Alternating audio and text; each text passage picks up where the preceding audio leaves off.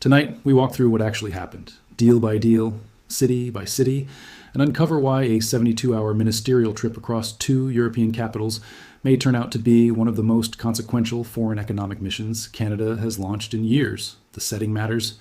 Hannover Messe is not a trade show in the way most imagine. It is not a convention hall full of booths and branded tote bags. This is the single largest industrial technology fair on the planet. Every spring, more than 4,000 companies descend on Hanover, Germany, alongside upwards of 130,000 visitors. What gets decided in those halls, the partnerships, the contracts, the letters of intent, the handshakes, determines where industrial capital flows for the next decade. Countries that show up with serious delegations get taken seriously. Countries that leave with signed deals get remembered. Canada this year did both. Minister Joly arrived in Hanover as part of a federal delegation that included companies from advanced manufacturing, the automotive supply chain, and for the first time publicly and with full federal backing, firms working in dual-use defense applications. That last category deserves a pause. Dual use means technologies built for civilian markets that also carry direct military relevance. Canada, bringing that category to Hanover openly, officially, under a ministerial umbrella, is a policy signal. It tells European partners that Canada is not simply here to sell lumber and buy machinery. It is here to participate in the defense industrial ecosystem that NATO is currently scrambling to rebuild. This is a conversation Canada would not have been having in this forum 3 years ago. Now, it is policy. The headline deal out of Hanover involves Siemens. The Government of Canada announced a $23 million federal investment through the Strategic Innovation Fund into a broader $70 million project. The purpose is to scale up Siemens Canada's Global Artificial Intelligence Manufacturing Technologies Research and Development Center, with a specific focus on battery production. Let that land. Siemens, the German industrial conglomerate embedded in global manufacturing for over 170 years, is choosing Canada as the location for its worldwide research hub on AI-driven battery manufacturing. Not a branch office, not a sales operation, a global R&D center. And the federal government is putting $23 million of public money into making that happen on Canadian soil. Siemens is not choosing Canada for charity or sentiment. Siemens Canada has operated in this country for more than 113 years. It employs approximately 4,600 Canadians. It runs 38 facilities across the country. In fiscal year 2025, it generated roughly $2.3 billion in revenue inside the Canadian economy. Siemens did not pick Canada for a global research mandate because of a press release. It picked Canada because Canada works. Because the talent is there, the infrastructure is there, and the political stability relative to other options is there. The $23 million federal investment is not buying Siemens loyalty. It is accelerating a bet Siemens had already made. Then there is a second announcement, which received far less attention than it deserved. NEN, Canada's advanced manufacturing supercluster, confirmed $60 million in funding directed toward 14 new projects across the country. 14 distinct industrial investments spanning Canadian regions and sectors, each representing a targeted bet on a specific part of the manufacturing supply chain that Canada wants to own going forward.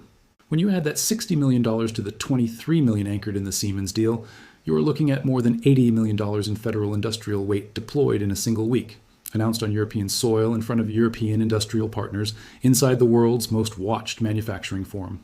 The optics are deliberate. The message is deliberate. Canada is treating industrial policy like a strategy, not like a press release. Minister Joly did not stay in Germany. From Hanover, she flew to Oslo, and that second leg of the trip carried a different kind of weight entirely. On the surface, Norway is a country Canadians know in general terms. It is northern, it is wealthy, it sits on enormous natural resource reserves, and it has a sovereign wealth fund most countries can only imagine. But there is a more precise reason why the Canada-Norway relationship has taken on new urgency in 2026. It has everything to do with geography. Both countries are Arctic nations. Both are NATO members. Both share democratic systems and deep commitments to the international rules-based order. And both are watching the same high-stakes scramble unfold in the Arctic in real time.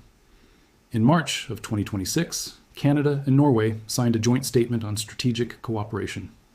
That agreement committed both governments to deepened collaboration across space technologies, artificial intelligence, digitalization, and critical minerals.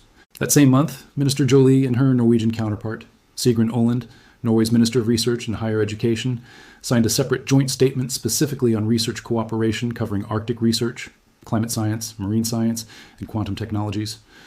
The Oslo visit this week was the follow-through. Ministers signed another bilateral statement advancing those science and research collaborations into more concrete operational territory. Buried inside the language of the Oslo Agreement is a line that should be read carefully by anyone paying attention to where global power is migrating. Canada and Norway have committed to working together to ensure that data collected in their respective Arctic regions, including climate-related data, is both securely protected and appropriately accessible. That sounds administrative. It is not. It is jurisdictional. Right now, the Arctic is being mapped, measured, and modeled in real time by every major power with the resources to do it. Russia has been doing it for decades. China has accelerated its Arctic scientific presence dramatically. The United States runs sophisticated monitoring programs across the region. Until very recently, there was no coordinated democratic framework for how Arctic data is governed, who owns it, who can read it, who decides what it is used for. Canada and Norway just started building that framework together. With European backing implied behind both signatures, the Arctic contains an estimated 13% of the world's undiscovered oil reserves and approximately 30% of its undiscovered natural gas. It holds rare earth deposits. It holds commercial shipping corridors that will open as ice retreats. It holds telecommunications, infrastructure routes, and military choke points that strategists have been gaming out for 2 decades. Whoever authors the rules of the Arctic Data Commons shapes the politics of the Arctic for the generation ahead. This week, Canada pulled up a chair at that table. The chair has a Norwegian flag next to it and a European framework behind it. Step back and look at the whole trip as a single coherent unit. Germany on the first leg, Norway on the second. Industrial investment, battery research, advanced manufacturing, dual-use defense applications, Arctic data governance, quantum technology collaboration, critical minerals cooperation.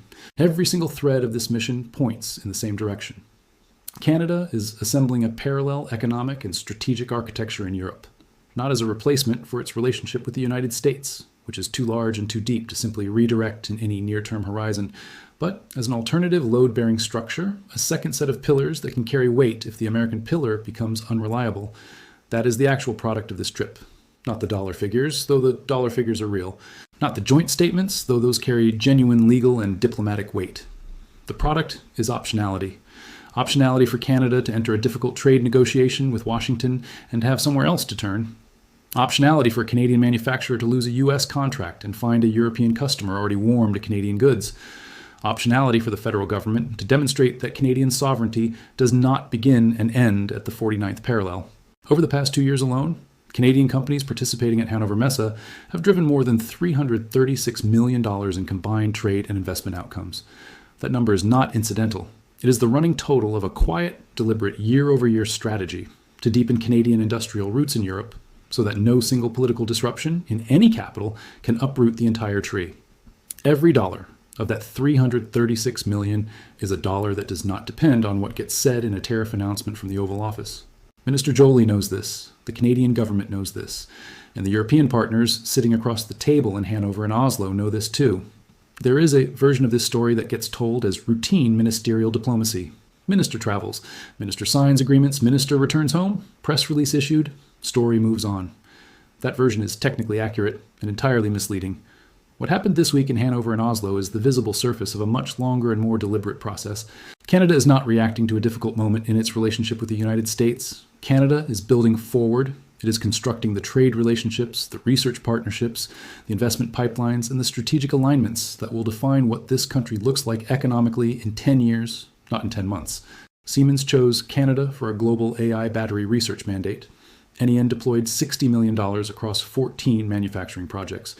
Canada and Norway signed agreements on Arctic data, quantum technologies, and critical minerals.